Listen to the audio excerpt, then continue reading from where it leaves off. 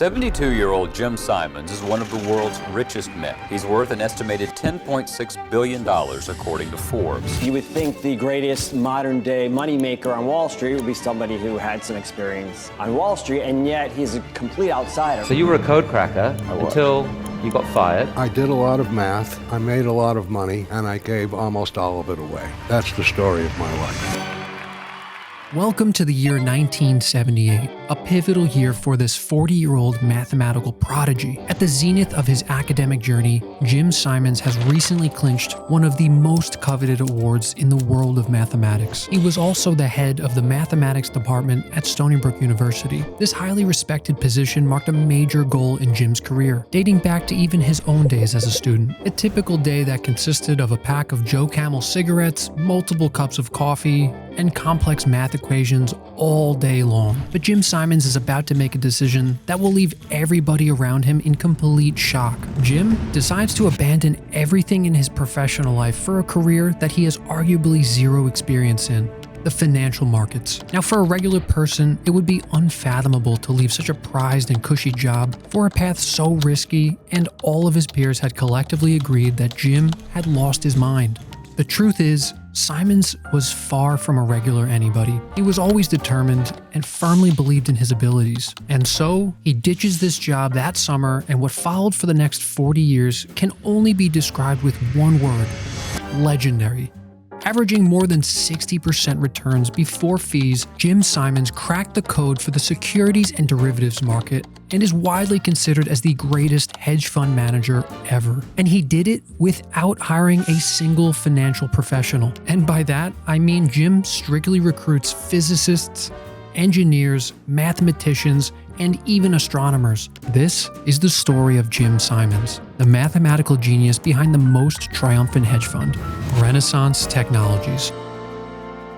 Jim's story begins in 1938 in Brookline, Massachusetts. He grew up an only child and, as no surprise, a math prodigy. He started solving complex math problems when he was just 3 years old and was deeply interested in math. So, he initially chose a very traditional route. He completed his bachelor's from MIT in 1958 and his PhD from UC Berkeley in 1961. However, it was while he was completing his PhD where he got his first taste of the financial markets and the potential for massive returns. He had received roughly $5,000 as a wedding gift, and after trading a few stocks and becoming bored, he stumbled upon the wild futures market. Although Jim Simons later became a quant trader, he has always been a gambler at heart and likes to trade with his instinct. And so, with very little research, he bought 2 soybeans futures contracts. This was a high-risk, high-reward play. His investment ultimately skyrocketed, and he made a few $1,000s profit. This experience would leave an impact on Jim Simons, and from that day, he always had financial markets in the back of his mind.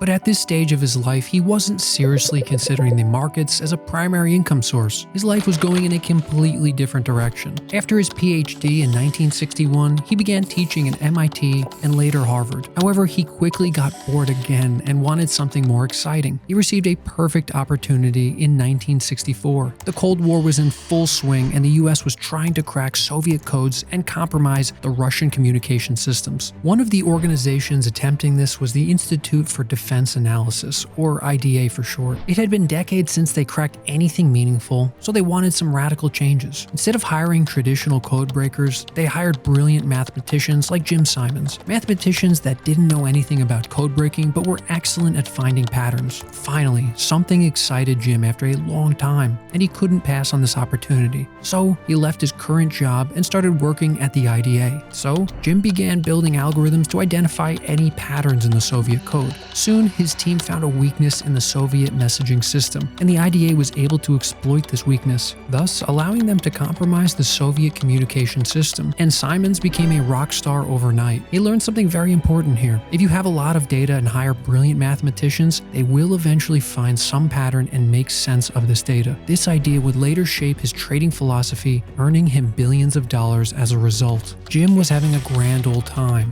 He had just accomplished something no one was able to achieve in decades. decades, he was even able to negotiate a highly flexible work arrangement for himself and his colleagues. Now, as mentioned before, the financial markets had always remained at the back of his mind, and with his new work arrangement, Jim finally had the time to explore this curiosity. So he and his 3 colleagues from the IDA started working on a stock market trading system. They published a paper titled Probabilistic Models for and Prediction of Stock Market Behavior. Just like the Soviet codes, Jim claimed there were patterns in the seemingly random movements of the stock market, and they could exploit it. Ultimately, the paper wasn't very refined. It had major flaws and assumptions such as no brokerage costs, but it showed Jim one thing: the stock market movements had patterns, and if you hired brilliant people to identify these patterns, you can make money. So, Jim started to slowly refine these models while he was still working at the IDA, but his life was about to come crashing down very soon.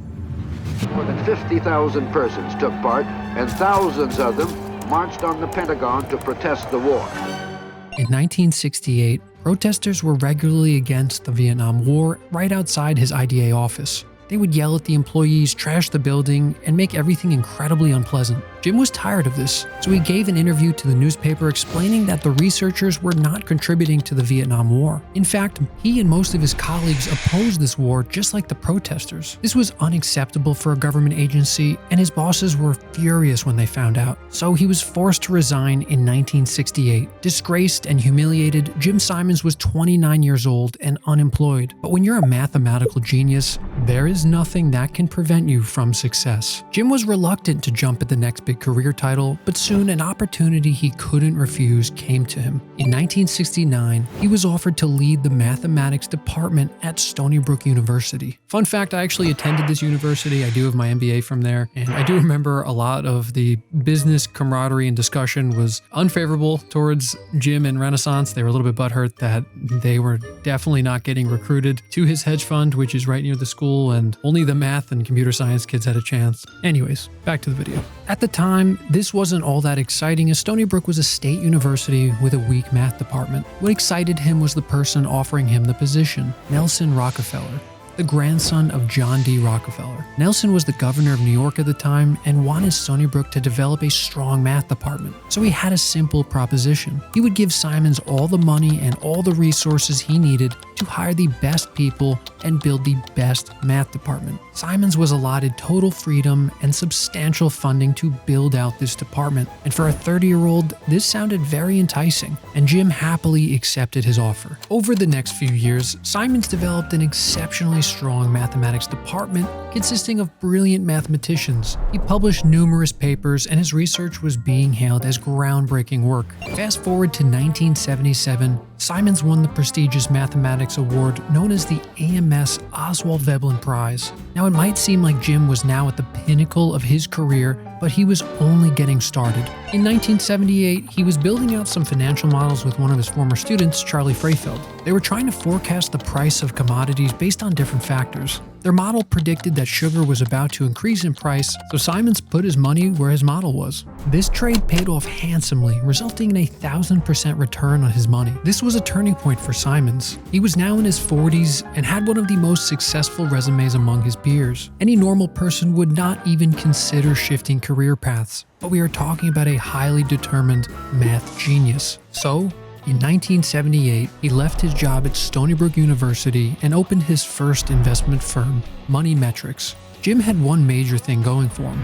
Throughout his career, he always hired the best people to work for him. From his code-cracking days in the IDA to his mathematics department that he single-handedly built out, he knew people with the most brilliant minds. He convinced a few people to join him on board, and it was at this point that he had now established a dream team. And of course, one of the most fascinating conditions about Jim's employment preferences is that he refused to hire those with a financial background. Why? Well, Simons viewed the market as an ocean of seemingly random data that had meaningful patterns hidden within them. And the best people to identify such patterns are people with very good mathematical thinking and background. Just like his days at IDA, he didn't want to hire people already involved in the industry. These people people would have biased opinions and assumptions, and when the data conflicted with their bias, they would rely solely on their emotion. As Simon says, you can teach a physicist finance, but you can't teach a finance person physics. Even today, his fund does not hire people from the investment industry. After his investment team, full of various different scientists, was finally built, it was time to secure the funding. While Simons was a brilliant mathematician, he didn't have too many Wall Street connections. He sought out to raise $4 million, but fell short. Convinced he could make it work, he launched the fund anyways. His initial bet was the currency markets, where he believed the British pounds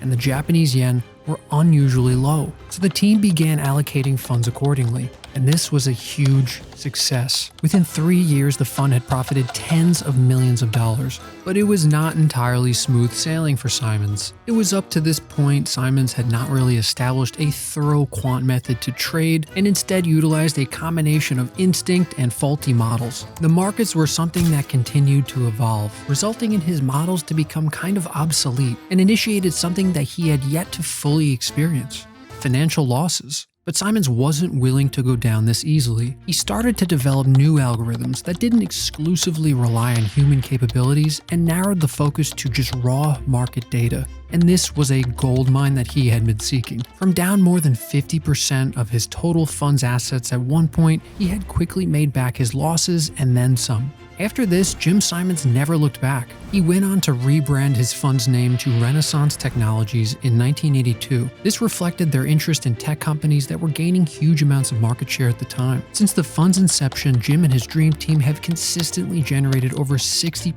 annualized returns. In 1993, his success as a fund manager was no longer a well-kept secret among Wall Street and private investors. Everyone and their side chick began throwing money at him to invest in his fund that he actually had to close it to outside shareholders. Today, Jim Simons' net worth is around $30 billion.